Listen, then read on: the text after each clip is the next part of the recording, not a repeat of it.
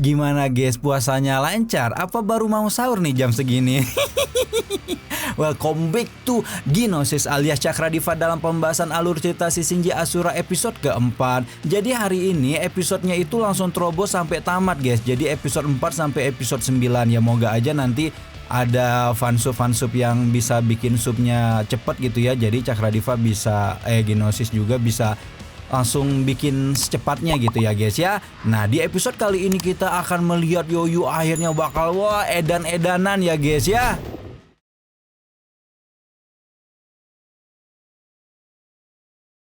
Melihat aksi Yoyu yang mampu menghabisi peserta upacara kedewasaan, para penonton langsung mengakui kehebatan Yoyu di mana menurut mereka kemampuan tempur Yoyu itu tidak bisa ditandingi oleh petarung Ashura kelas 1. Berbeda dengan reaksi para penonton, Wanggu justru mencap Yoyu sebagai orang yang bersalah dan menganggap perbuatannya itu sebagai kejahatan besar yang harus diadili. Mendengar perkataan Wanggu, Yoyu yang merasa perbuatannya sudah benar pun lantas mempertanyakan, bukankah tujuan upacara kedewasaan memang untuk menyingkirkan yang lemah? Yoyu bahkan malah menantang para penonton untuk baku hantam apabila di antara mereka ada yang keberatan atas insiden yang ditimbulkan.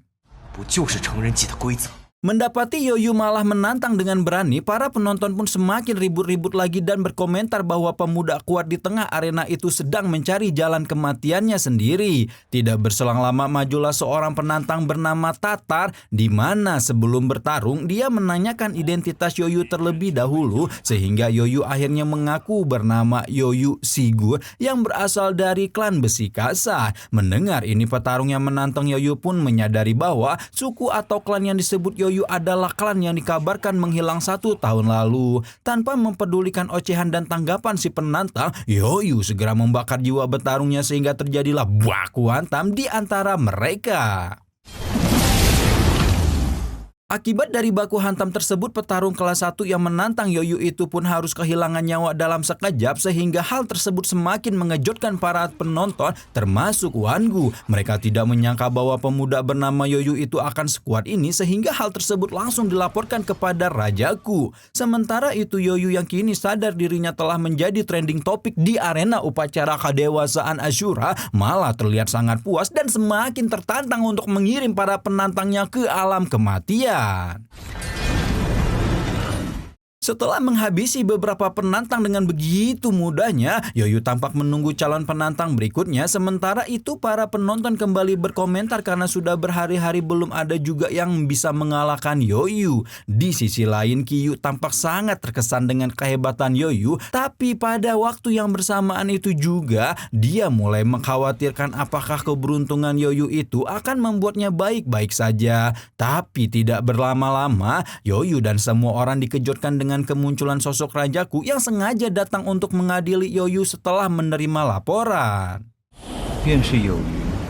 Melihat kedatangan Rajaku, semua pengunjung upacara kedewasaan tampak sangat terkejut sekaligus mulai menduga-duga bahwa sang raja akan segera mengambil tindakan untuk mengadili Yoyu. Terlepas dari dugaan tersebut, Rajaku mengungkapkan keterkejutannya pada penampilan fisik Yoyu yang ternyata hanya seorang bocil FF dan tidak segalak perkiraannya. Tapi meski demikian, Rajaku juga mengakui kuatnya aura pencabut nyawa yang terpancar dari tubuh Yoyu, di mana menurutnya kekuatan tersebut tidak boleh ia remehkan. Mendengar perkataan Rajaku, Yoyu tidak mengatakan sepatah kata pun dan malah memasang kuda-kuda untuk baku hantam. Sehingga hal tersebut membuat Rajaku menyadari sesuatu bahwa Yoyu adalah bocil yang diculik Ashura taring panjang alias Liuji. Mendengar sosok Ashura taring panjang disebut-sebut, Yoyu tentu jadi penisirin dan mempertanyakan apakah Rajaku juga mengenal orang yang telah menculiknya itu. Tapi alih-alih memberitahukan kebenarannya, Rajaku memilih untuk bungkam 1000 bahasa dan mengaku kalau mengingat sosok tersebut akan membuatnya bersedih. Daripada bercerita, Rajaku malah meminta izin supaya diperbolehkan menyentuh luka di tubuh Yoyu. Setelah mendapat izin, Rajaku segera menyentuh luka tersebut dan ia pun bisa melihat jelas apa saja yang telah dialami Yoyu ketika diculik Liuji dan Jingyi. Namun pada saat yang sama Yoyu juga dapat melihat masa lalu menyedihkan dari Rajaku ketika dirinya masih seorang bocil.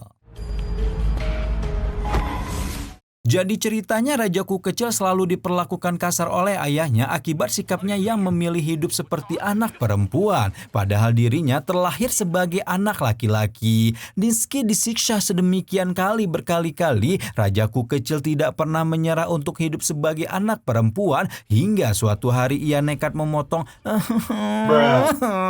demi jadi anak perempuan seutuhnya. Dan dengan bangga, Rajaku pun menjadi anak jin dan dia pun memberitahukan hal tersebut kepada ayah dan keluarganya yang seketika itu juga membuat semua keluarganya terkejut dan menganggap Rajaku kecil sudah gila. Alih-alih mendapat pengakuan sebagai anak perempuan sejati, Rajaku kecil malah semakin disiksa ayahnya sehingga terjadilah baku hantam di antara mereka dan akhirnya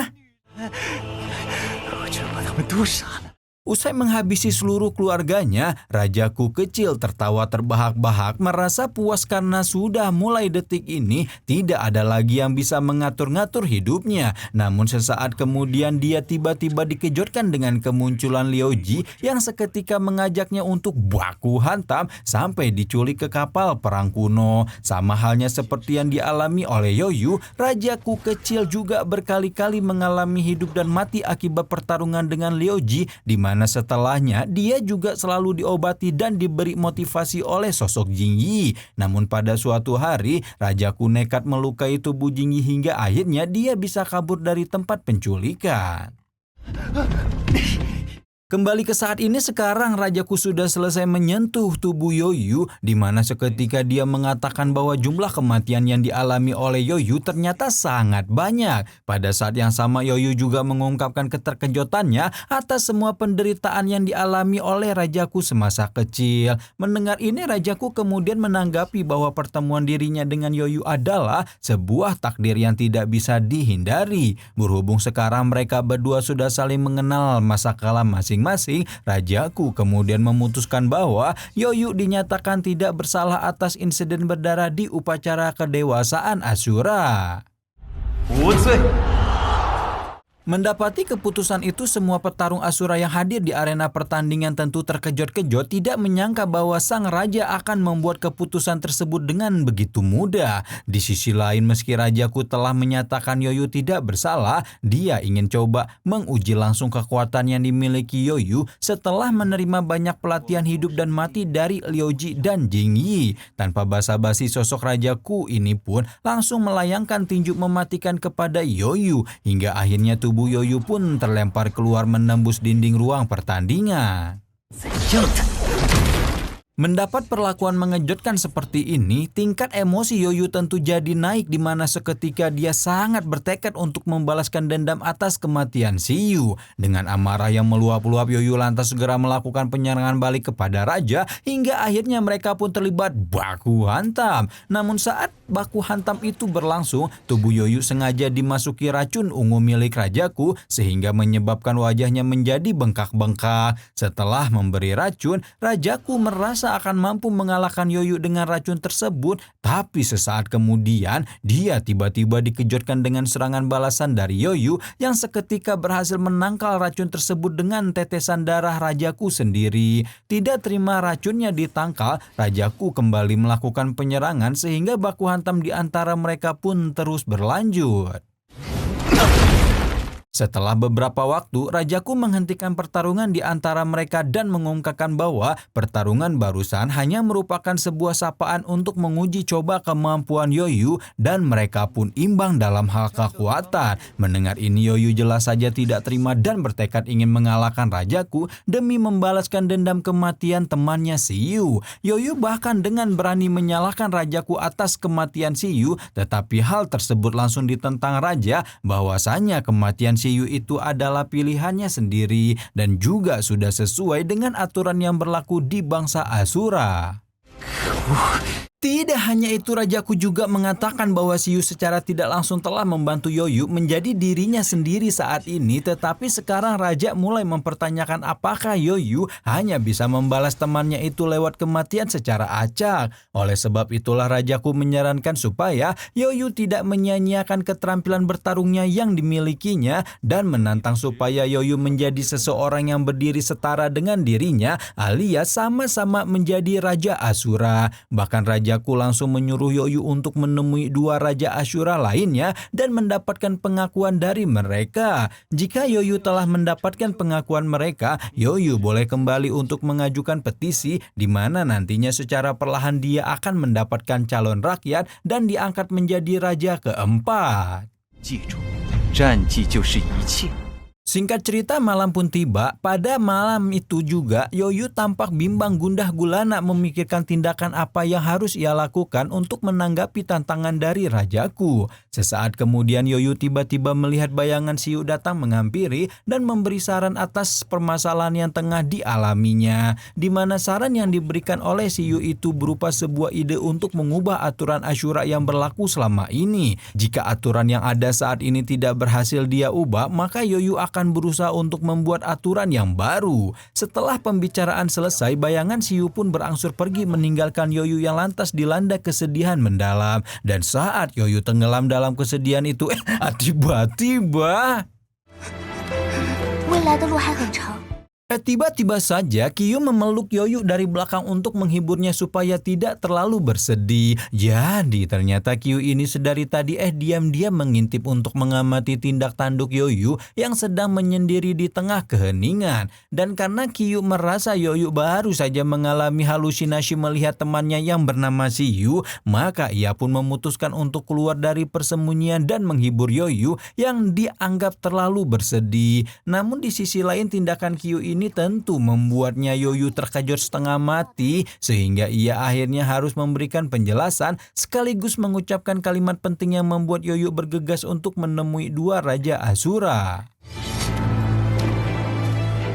Pada waktu yang bersamaan, apa yang terjadi kepada Yoyu di arena Asura dapat diterawang oleh seorang wanita peramal, di mana peramal tersebut mengatakan kepada salah satu Raja Asura yang bernama Karakanta bahwa dirinya baru saja melihat Raja keempat datang ke arena pertarungan Asura di wilayah rajaku, tetapi wujudnya masih merupakan seorang bocil. Wanita peramal itu juga memberitahukan bahwa meskipun Raja Asura keempat itu masih seorang bocil, tetapi kekuatannya benar-benar tidak tertandingi oleh siapapun yang ada di sana.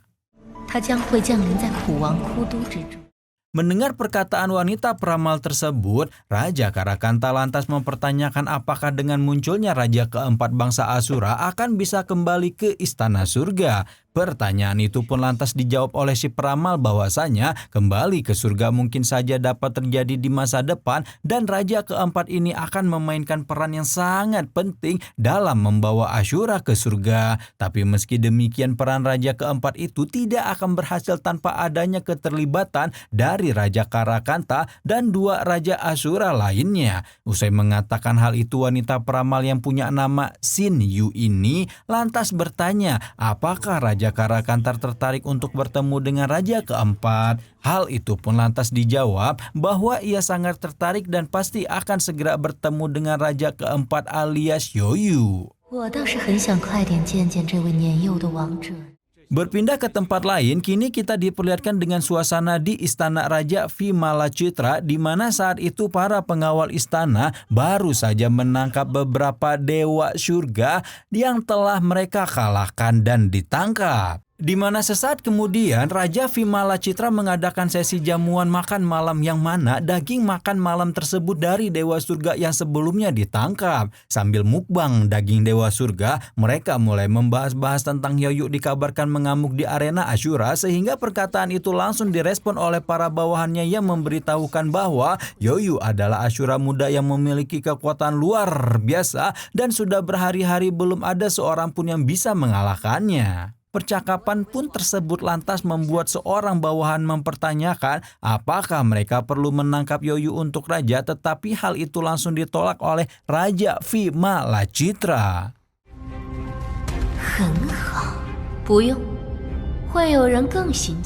Setelah berhari-hari melakukan perjalanan, Yoyu akhirnya tiba di sebuah perkotaan dan mulai bertanya-tanya kepada para warga setempat terkait di mana tempat keberadaan dari Raja Karakanta. Yoyu mengatakan bahwa dirinya ingin menantang raja tersebut dan menanyakan bagaimana cara untuk dapat mengalahkannya. Namun bukannya mendapatkan jawaban, Yoyu justru malah ditertawakan oleh warga setempat sampai akhirnya muncullah seorang petarung yang langsung menghadapi Yoyu sembari menanyakan kualifikasi apa yang dimiliki Yoyu sampai berani ingin menantang raja mereka. Dan karena sikap Yoyu ini dianggap terlalu sombong, maka akhirnya Yoyu pun harus terlibat dalam pertarungan dengan petarung tersebut.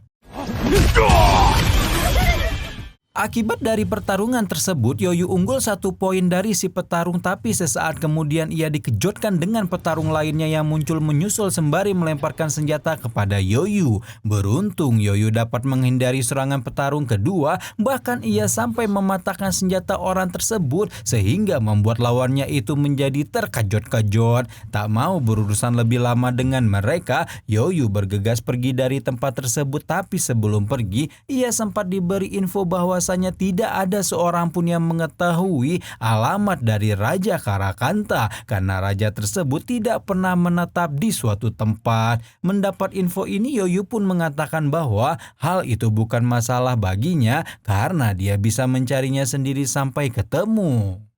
我自己会找到他的。 Saat Yoyu meninggalkan tempat tersebut, diam-diam ada 2 sosok asing yang sengaja mengikutinya sehingga Yoyu sempat berpikir bahwa kedua orang itu berniat untuk menantangnya. Alhasil Yoyu menunda dulu perjalanan mencari raja dan terpaksa harus menghadapi kedua orang yang mengikutinya. Tapi saat dihampiri, kedua orang itu malah sengaja berpencar sehingga Yoyu hanya bisa mengejar salah satu saja. Saat Yoyu berhasil menangkap orang yang mengikutinya, dia langsung dibuat terkejut ketika mengetahui bahwa sosok yang mengejarnya itu ternyata adalah Kyu. 是你。 Begitu menyadari itu Kyu, Yoyu langsung mempertanyakan mengapa atuh Neng cantik bisa mengikutinya sampai ke kota ini. Pertanyaan itu pun lantas dijawab oleh Kyu bahwa ia sengaja untuk mengikutinya karena telah menganggap bahwa Yoyu adalah raja yang akan memimpinnya. Kyu juga memberitahukan bahwa di mana letak keberadaan dari Raja Karakanta yang ternyata ada di tebing terlarang. Hanya saja tempat itu merupakan tempat yang sangat berbahaya sehingga Kyu meminta Yoyu untuk lebih berhati-hati ketika untuk menuju tempat tersebut. Mendengar info ini, Yoyu lantas mengucapkan terima kasih dan bergegas pergi ke tebing terlarang tanpa ditemani oleh Kyu.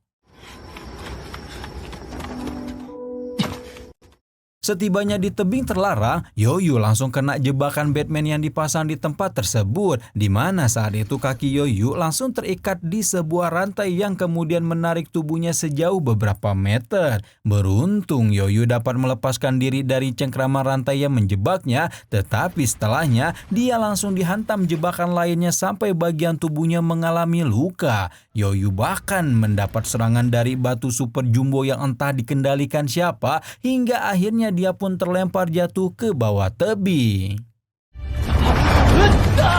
Sementara Yoyu kesusahan menghadapi berbagai jebakan Batman yang menghadangnya, di perkotaan beberapa warga mulai membicarakan tentang Yoyu yang berani mencari keberadaan Raja Karakanta seorang diri. Melihat keberanian Yoyu, para warga ini pun mulai meyakini bahwa Yoyu merupakan pemuda Asura yang dirumorkan tidak terkalahkan di arena upacara kedewasaan dan sedang membuktikan kelayakannya untuk menjadi raja keempat. Tapi terlepas dari apapun latar belakang dan kehebatan yang dimiliki oleh Yoyu, para warga ini pun sangat yakin bahwa kedatangan Yoyu ke tebing terlarang tidak akan membuatnya kembali hidup-hidup. 管他在哭都有怎么样的战绩。 Di tengah percakapan warga kota yang menggosipkan Yoyu, Wangu tiba-tiba muncul menghampiri dan langsung menyatakan ketidaksetujuannya atas dugaan warga tersebut, di mana menurutnya Yoyu tidak hanya akan kembali hidup-hidup dari tebing terlarang, tetapi juga mendapatkan pengakuan dari Raja Karakanta sebagai calon Raja Asura yang keempat. Menyadari seseorang nimbrung ke dalam percakapan mereka, para warga ini pun tentu jadi bertinyi-tinyi dengan identitas Wanggu dan terkejutlah mereka ketika mengetahui fakta bahwa Wanggu berasal dari wilayah kerajaan yang dipimpin oleh Rajaku. Seketika itu juga para warga ini mempertanyakan maksud kedatangan Wanggu ke kota mereka. 那你来这儿干嘛？ Mendapati pertanyaan dari warga kota ini, Wanggu lantas menjelaskan bahwa tujuan kedatangannya ke kota mereka adalah untuk mengikuti pemuda bernama Yoyu. Lalu setelahnya Wanggu mengajak para warga ini untuk taruhan terkait nasib Yoyu yang sedang menuju tebing terlarang. Taruhan ini pun langsung disetujui oleh para warga itu sehingga membuat Wanggu tertawa senang untuk menanggapinya. Tanpa basa-basi lagi, Wanggu pun menyampaikan prediksinya bahwa Yoyu akan menjadi raja baru bangsa Asura dan juga akan membawa bangsa Asura kembali ke istana surga. 能带领我们回到天上的男人。 Kembali kepada Yoyu, kini ia sedang berusaha bangkit dari bawah tebing dan perlahan dia pun akhirnya berhasil naik ke permukaan. Setibanya di atas tebing, Yoyu langsung disambit sebuah suara misterius yang mengucapkan selamat datang kepadanya, di mana ternyata suara itu berasal dari seorang wanita peramal yang pernah menerawang masa depan Yoyu dan bangsa Asyura. Penisirin Yoyu pun segera menghampiri sosok tersebut dan ia pun akhirnya mengetahui bahwa wanita peramal yang tersegel dalam dinding batu itu pun adalah istri Raja Karakanta yakni Xinyu. 未来的阿修罗星我。 Saat berkenalan, Yoyu sempat dibuat terheran-heran karena Xinyu dapat mengetahui nama dirinya padahal Yoyu belum memperkenalkan dirinya. Ia pun mempertanyakan bagaimana atuh Xinyu bisa mengetahui identitasnya dengan sangat akurat sehingga Xinyu pun langsung menerangkan bahwa ia mengetahui tentang Yoyu dari hasil penerawangan mata batinnya. Sesaat setelahnya Yoyu kemudian mempertanyakan di mana Raja Karakanta berada, tetapi saat itu Yoyu malah diberi info bahwa Raja Karakanta sangat pemalu dan tidak memiliki seorang teman pun. Oleh sebab itulah Xinyu meminta Yoyu untuk menjadi teman Raja Karakanta yang seketika permintaan itu pun langsung dikabulkan lewat jabat tangan. Saat berjabat tangan dengan Xinyu, Yoyu tiba-tiba bisa melihat masa lalu dari Xinyu di mana ternyata sosok wanita peramal yang cantik yang juga istri Raja Karakanta ini merupakan orang yang sudah mati dan pernah memasuki alam baka kayak Sun Wukong dan Xinyu ya. Ya siapa sih nama Yunxi? Siapa sih nama istrinya teh? Astagfirullah. Ya kalian tahu kan ya. Nah, namun pada saat melintasi jembatan reinkarnasi, Raja Karakanta tiba-tiba datang menyusul ke alam baka dan meminta Xinyu untuk kembali ke dunia manusia dalam keadaan yang sekarang. Raja Karakanta pun membawa Xinyu kembali lewat pilar cahaya, tapi tanpa diduga dalam perjalanan itu Xinyu dihadang sekumpulan hantu bayi yang kemudian membuat kedua matanya kehilangan penglihatan. Tapi meski demikian Raja Karakanta berhasil membawa jiwa Xinyu kembali ke dunia manusia meskipun sekarang harus hidup dalam dinding batu. Mendapat penglihatan semacam ini, Yoyu tentu sangat terkejut-kejut dan menyadari bahwa ternyata sosok Xinyu telah lama meninggal dan Raja Karakanta lah yang secara paksa membawanya kembali dari alam baka. Hal ini pun lantas dibenarkan oleh Xinyu yang sekaligus memberitahukan alasan dari tindakan Raja Karakanta tersebut yang tidak lain dan tidak bukan karena tidak bisa hidup tanpa kehadiran ceweknya. Nah, Xinyu bahkan memberitahukan bahwa Raja Karakanta itu sangat posesif dan cemburuan sehingga Yoyu diminta untuk berhati-hati jika bertemu dengannya nanti. Begitu Xinyu selesai memberitahukan sifat-sifat Raja Karakanta, tiba-tiba saja orang yang dibicarakan pun muncul sembari menyerang Yoyu dari belakang. 你可要小心。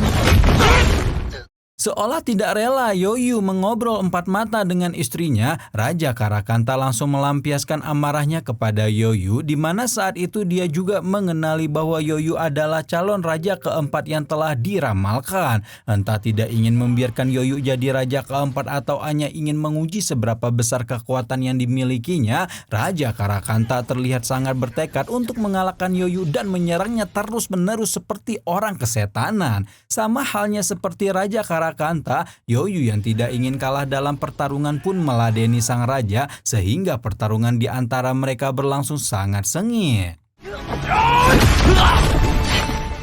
Setelah berkali-kali saling bertahan dan menyerang, pertarungan dua Ashura ini akhirnya menumbangkan tubuh Yoyu sehingga hal itu lantas membuat Raja Karakanta merasa puas telah berhasil menunjukkan perbedaan kekuatan di antara seorang raja dengan bocil FF. Namun tanpa diduga ternyata tumbangnya bocil FF yang dianggap lemah-lemah itu barusan belum membuat dia menyerah atau mengaku kalah, di mana seketika Yoyu langsung bangkit lagi untuk menyerang dengan lebih ganas sehingga pertarungan di antara mereka berdua pun kembali berlanjut. 阿修罗魔咒！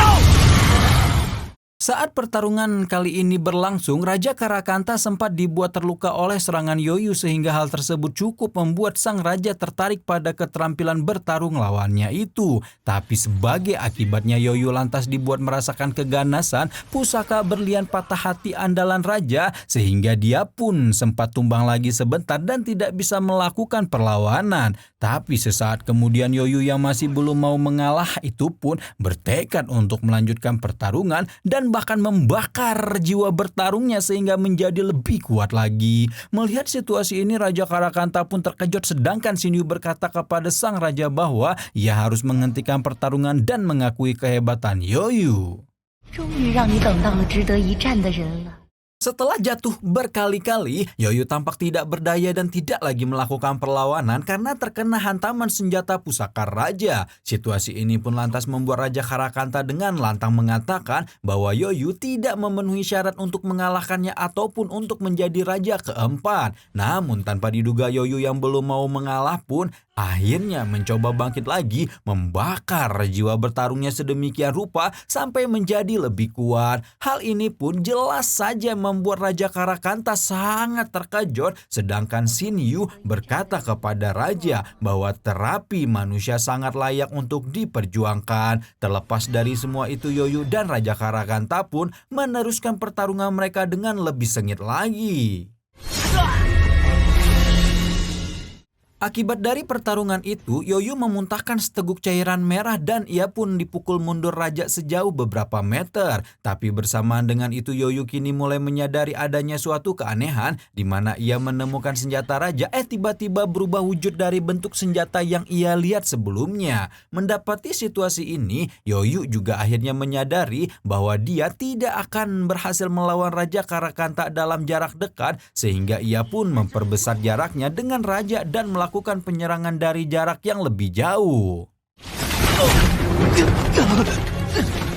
Meski sudah melakukan penyerangan dari jarak jauh, pada kenyataannya upaya Yoyu itu tetap selalu dikalahkan oleh Raja Karakanta. Namun sesaat kemudian Yoyu kembali menyadari bahwa lagi-lagi senjata yang dipergunakan raja itu mengalami perubahan. Mendapati situasi ini, Yoyu akhirnya memahami bahwa mungkin saja perubahan senjata itu merupakan metode bertarung unik yang dimiliki oleh sang raja. Hal ini pun lantas membuat Yoyu semakin tertantang untuk mengalahkan Raja Karakanta dan ia pun segera melanjutkan lagi baku hantam. Sama seperti sebelumnya, upaya penyerangan Yoyu terhadap Raja Karakanta itu pun masih selalu tidak mempan dan bahkan malah membuatnya tersungkur ke tanah berkali-kali. Situasi tersebut lantas membuat Raja Karakanta dengan sombong mengatakan bahwa kemampuan bertarung Yoyu tidak akan pernah berguna di hadapannya. Sementara di sisi lain, Yoyu kini mulai menyadari bahwa ternyata metode bertarung unik Raja Karakanta itu bukan mengganti senjata tetapi justru mengembangkannya ke bentuk yang lebih sempurna. Pemahaman ini pun langsung dibenarkan oleh Shinyu yang seketika memberitahukan bahwa tubuh Raja Karakanta menyerap banyak besi tambang sehingga membuat dia punya kemampuan untuk menyempurnakan senjata dalam waktu singkat. 他能在一念之间炼化出兵器。 Mendengar Shinyu memberitahukan keunggulannya kepada Yoyu, Raja Karakanta malah semakin bersikap sombong di mana seketika dia mengatakan bahwa meskipun Yoyu telah mengetahui kekuatannya, hal tersebut tidak akan membuat Yoyu dapat mengalahkannya. Sementara itu Yoyu sendiri kini tampaknya mulai sadar diri bahwa dirinya akan sangat kesulitan dalam mengalahkan raja. Tapi meski demikian Yoyu tidak punya pilihan selain melanjutkan pertarungan sehingga ia pun kembali melemparkan berbagai serangan untuk menghadapi Raja Karakanta. Tanpa diduga pertarungan sesi kali ini akhirnya berhasil melukai tubuh Raja Karakanta sehingga hal tersebut lantas membuat Raja Karakanta terheran-heran bagaimana bisa pemuda bernama Yoyu itu memberikan tekanan yang cukup besar pada ruang pertarungan. Untuk menjawab keheranan Raja, Yoyu kemudian memberitahukan bahwa kemampuan yang disebutkan Raja merupakan metode bertarung unik miliknya yang seketika bisa membuatnya menjadi lebih kuat. Mendengar pengakuan Yoyu, Raja Karakanta yang tidak bersedia terkalahkan itu pun menantang untuk lanjut bertarung, tapi tindakan tersebut langsung dicegah oleh Xin Yu yang memintanya untuk menghentikan pertarungan. 停手吧。 Setelah meminta Raja menghentikan pertarungan, Xin Yu kemudian memberitahukan bahwa pengalaman Yoyu tidak jauh berbeda dari pengalaman Rajaku, yaitu sama-sama pernah diculik dan diajari langsung oleh nenek moyang bangsa Asura. Mendengar info ini, Raja Karakanta tentu menjadi sangat terkejut dan memastikan apakah Yoyu benar-benar pernah bertemu dengan nenek moyang bangsa mereka. Setelah mendapat kepastian, Raja kemudian menghadiahi Yoyu sebongkah besi langka dan menyuruh Yoyu mempergunakan besi tersebut untuk memperkuat dua pedangnya.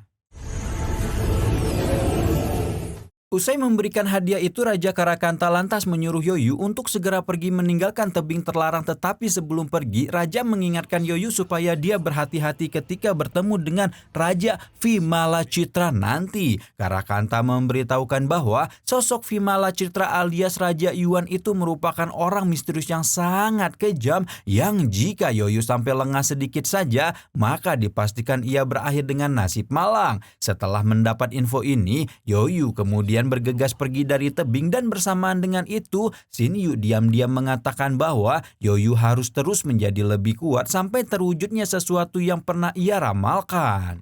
直到实现我所窥见的未来。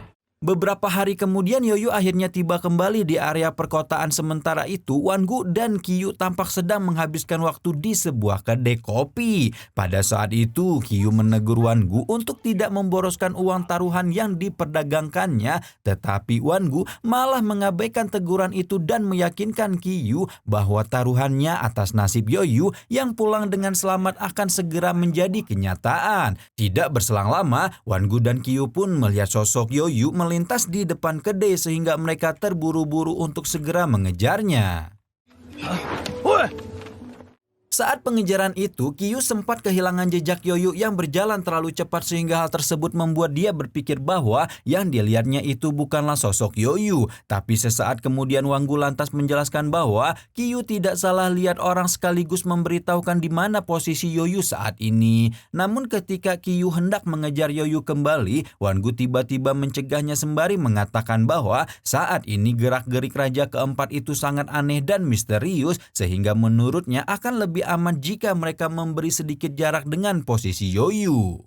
随便靠近可能会有危险。 Di sisi lain, Yoyu yang kini hampir sampai di istana Raja Vimala Citra mulai merasakan napas orang-orang yang dikenalnya, di mana seketika Yoyu yang Pinishirin pun langsung memeriksa si pemilik napas dengan mata dewa perangnya. Begitu dilihat, Yoyu tampak sangat terkejut karena ternyata si pemilik napas itu adalah Qiyu dan Wangu yang ternyata masih selalu membututinya. Tanpa mempedulikan dua orang tersebut, Yoyu melanjutkan kembali perjalanannya mengikuti seorang pengawal yang memandunya menuju istana Raja Vimala Citra. Setibanya di istana, Yoyu dibuat terheran-heran dengan pemandangan di sana, di mana ia menemukan banyak sekali patung es yang tampak seperti orang hidup. Terlepas dari keheranan itu, Yoyu terus mengikuti arahan pemandu jalan hingga akhirnya mereka pun sampai di bagian dalam istana dan bertemu dengan Raja Vimala Citra. Begitu bertemu Raja Vimala Citra seolah dapat membaca kecemasan dari Yoyu yang telah termakan info terkait sifat raja yang selalu bersikap kejam. Raja Vimala Citra pun lantas segera menjamu Yoyu dengan hidangan khasnya yaitu daging dewa dan meminta Yoyu untuk segera menikmati hidangan itu sambil mengomentari rasanya. 你来了。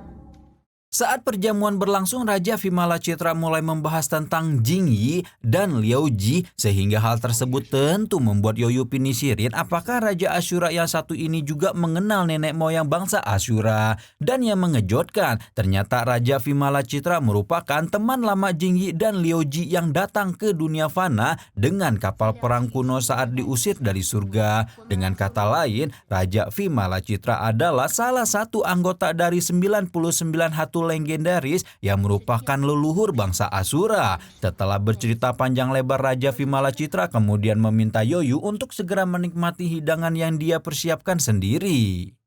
希望你会喜欢。 Diminta untuk mencicipi hidangan di atas meja, Yoyu langsung mengambil segelas minuman untuk dicoba dan betapa terkejutnya dia ketika menyadari bahwa minuman tersebut sirup stroberi imitasi yang berasal dari para dewa. Mendapati keterkejutan itu, Raja lantas menyuruh Yoyu untuk mencicipi makanan saja sembari terus bercerita panjang lebar mengenai kebencian antara bangsa Asura dengan para dewa. Secara perlahan, cerita yang dilontarkan oleh Raja kejam itu pun masuk ke dalam sesi hipnotis, di mana seketika Yoyu langsung menyadari bahwa percakapan barusan merupakan bagian dari ujian yang diberikan sang raja. Sesaat kemudian Raja Vimala Citra mengajak Yoyu untuk melihat langsung Dewa Surga yang masih hidup dan mereka pun menuju pekarangan istana yang dipenuhi oleh patung es. Setibanya di sana, Yoyu lagi-lagi dibuat terkejut ketika mendapati fakta bahwa patung es yang berjajar itu merupakan Dewa Surga yang masih hidup. Namun tidak lama dari itu, lapisan es yang menyelimuti tubuh para dewa mendadak dihancurkan oleh Raja dan para dewa itu pun segera mengurumuni Yoyu secara bersamaan. Mendapati situasi ini, Yoyu akhirnya menyadari bahwa hal ini juga merupakan bagian dari ujian yang diberikan Raja Vimala Citra kepadanya. Demi menghindari penyerangan para dewa yang dikendalikan Raja, Yoyu pun mulai bertarung melawan dewa-dewa itu. Tidak mau hanya bertarung dengan dewa-dewa yang jadi zombie, Yoyu segera menghampiri Raja untuk bertarung, tapi tanpa diduga langkah kakinya malah terhenti karena seketika tubuhnya mulai membeku terselimuti lapisan es. Pada saat itu Yoyu berusaha menghancurkan lapisan es di tubuhnya, sehingga hal tersebut membuat Raja Vimala Citra mengingatkan bahwa sebaiknya Yoyu tidak berjuang melawan karena tindakan tersebut hanya akan membuat tubuhnya beku lebih cepat. Mendengar ini, Yoyu yang tidak mau berakhir menjadi patung es itu pun bertekad untuk mengalahkan Raja sebelum dirinya membeku, tetapi hal itu tidak lantas membuatnya berhasil, terlebih sekarang tubuhnya malah hampir membeku seutuhnya. Hal ini pun tentu membuat Raja Vimala Citra tertawa senang, merasa bahwa Yoyu telah salah menantang orang. 云吧。